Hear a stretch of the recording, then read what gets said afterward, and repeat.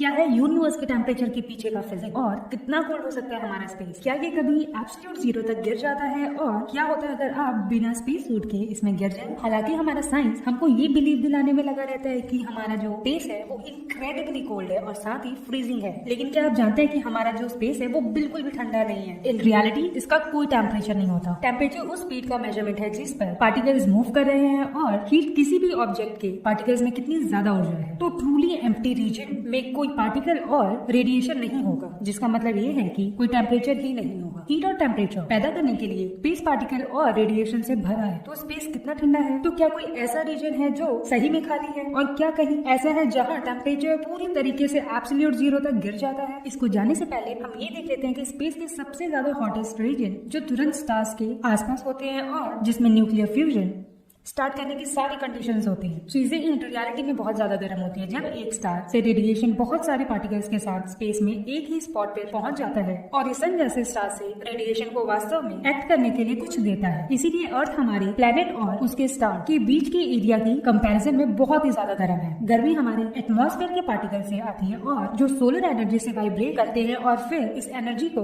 Bumping करते हुए एक दूसरे से टकराते हैं। हालांकि हमारे स्टार से पास और पार्टिकल रखने से गर्मी की कोई गारंटी नहीं है। मरकरी सन के सबसे पास की प्लैनेट है। डे के टाइम बहुत ज्यादा गर्मी और रात के टाइम बहुत ज्यादा ठंडा होता है। इसका टेम्परेचर 95 केल्विन तक नीचे गिर जाता है। यूरेनस पर टेम्परेचर -224 डिग्री सेल्सियस तक गिर जाता है, जिससे ये सन से सबसे दूर के प्लैनेट नेपच्यून के कंपैरिजन में भी ठंडा होता है, जिसका सरफेस टेम्परेचर -214 डिग्री सेल्सियस तक ठंडा होता है। और ये एक अर्थ के साइज की ऑब्जेक्ट के साथ अपने एग्जिस्टेंस की शुरुआत में ही कोलिजन का रिजल्ट है, जिससे यूरेनस सन की परिक्रमा एक्सट्रीम झुकाव पर करता है, जिससे ये अपनी इंटीरियर हीट को हैंग करने में असमर्थ हो जाता है। साथ ही बहुत दूर पार्टिकल्स इतने ज्यादा फैले हुए हैं कि उनका रेडिएशन के अलावा किसी भी मीडियम से एनर्जी का ट्रांसफर इम्पॉसिबल है, जिसका मतलब ये है कि टेम्परेचर मौलिक रूप से गिर जाता है और इस रीजन को इंटरस्टेलर मीडियम कहा जाता है। और इंटरस्टेलर मीडियम में सबसे ठंडे और सबसे डेंसेस्ट मॉलिक्यूलर गैस क्लाउड का टेम्परेचर 10 केल्विन हो सकता है, जबकि लेस डेंस क्लाउड्स का टेम्परेचर 100 केल्विन के आसपास हो सकता है। हमारा यूनिवर्स इतना ज्यादा बड़ा है और ऑब्जेक्ट्स की इतनी भीड़ से भरा हुआ है कि कुछ ब्लिस्टरिंग हॉट और कुछ अनइमेजिनेबली फ्रिजिड से ठंडा की यूनिवर्स को एक टेम्परेचर देना इम्पॉसिबल बना देता है। फिर भी कुछ ऐसा है जो हमारे यूनिवर्स की संपूर्णता में तापमान के साथ परमीट है, जो 1 लाख में 1 पार्ट के समान है। वास्तव में अंतर इतना इनसिग्निफिकेंट है कि ठंडे और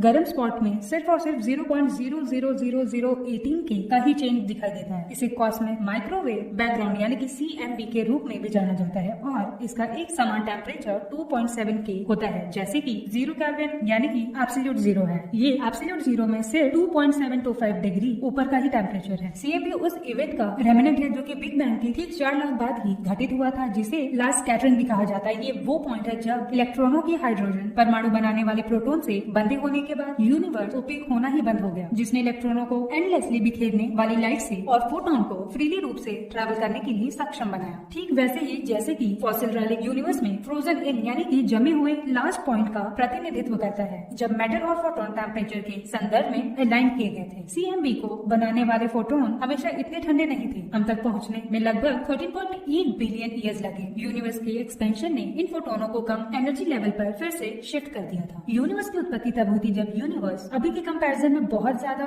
डेंस और गर्म था। CMB को बनाने वाले रेडिएशन का स्टार्टिंग टेम्परेचर लगभग 3000 केल्विन होने का अनुमान लगाया है। जैसे जैसे हमारा यूनिवर्स का एक्सपेंशन हो रहा है, इसका मतलब है कि यूनिवर्स अब पहले से कहीं ज्यादा ठंडा है और ये और ज्यादा ठंडा हो रहा है। अगर एक एस्ट्रोनॉट को स्पेस में अकेले ड्रिफ्टिंग के लिए छोड़ दिया जाए तो स्पेस के नियर वैक्यूम की कांटेक्ट में आने से एक एस्ट्रोनॉट को अक्सर साइंस फिक्शन में डिपिक्टेड नहीं किया जा सकता। हीट ट्रांसफर के 3 तरीके हैं। कंडक्शन, जो कि टच के मीडियम से होता है। कन्वेक्शन, जो तब होता है जब कोई भी लिक्विड हीट में ट्रांसफर होता है। और तीसरा है रेडिएशन, जो कि रेडिएशन के माध्यम से होता है। मैटर की कमी के कारण खाली स्पॉट में कंडक्शन और कन्वेक्शन नहीं हो सकता और अकेले ही रेडिएशन प्रोसेस के थ्रू हीट ट्रांसफर धीरे धीरे होता है। इसका मतलब है कि यूनिवर्स में गर्मी जल्दी ट्रांसफर नहीं होती है। फ्रीजिंग के लिए गर्मी का ट्रांसफर जरूरी होता है और एक एक्सपोज्ड एस्ट्रोनॉट के लिए अकेले रेडिएटिव प्रोसेस के मीडियम से गर्मी खोना एटमॉस्फेयर की कमी के कारण डिकम्पोजिशन से अधिक तेजी से मर जाता है, क्योंकि वो मौत को ठंडा कर देता है।